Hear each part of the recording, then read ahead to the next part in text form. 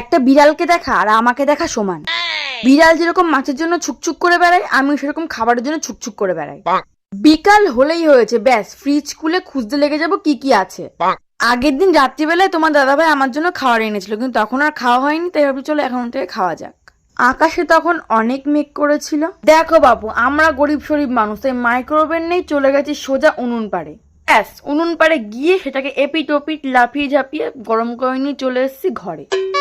ও তোমাদের কিন্তু বলে দিই, এইগুলোর কিন্তু আমি নাম জানি না, তাই এটার নাম দিয়েছি আমি নাম না জানা খাবার। 3-4টে সসের আইটেম নিয়ে বসে পড়েছিলাম এখানে খেতে। যখন আমি খাবার দুটো মুখে দিলাম তখন জানতে পারলাম এগুলো তো চিকেন স্প্রিং রোল।